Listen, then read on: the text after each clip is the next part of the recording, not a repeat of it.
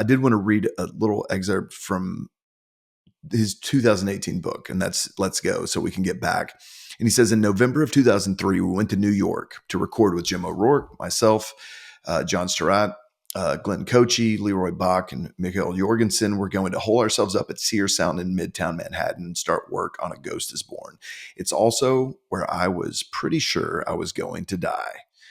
I mean that in all seriousness. I thought I was going to die. Every song we recorded seemed likely to be my last. Every note felt final. That looming sense of demise, like it it comes across in the songs, and I think Tweedy acknowledges that. And he talks about how he had this like original concept for A Ghost is Born that was something like a Noah's Ark type theme.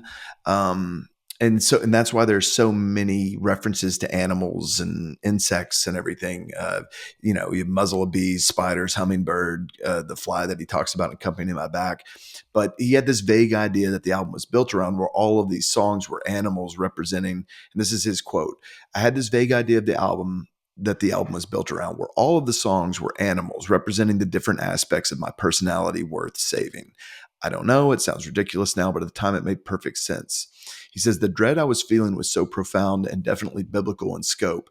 It felt like a big flood was coming, something no one could survive. So I was saving anything I could, piling it all onto this ark as a way to salvage whatever I could of myself.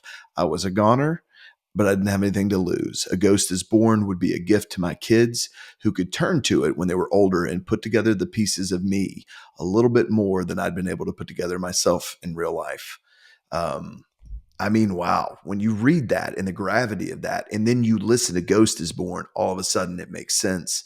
And you can listen to the album in that context, and the depth is just like, it kind of unleashes another dimension. You don't have to know any of that to enjoy this album, right? Right. Yeah. Unbelievable. Yeah. I mean, I didn't know any of that until we started preparing for this episode. So, pretty amazing. And like you said, I mean, now the title of the album makes a lot of sense. It's like, okay, he thought maybe a ghost would be born while recording this album. So, that's pretty incredible.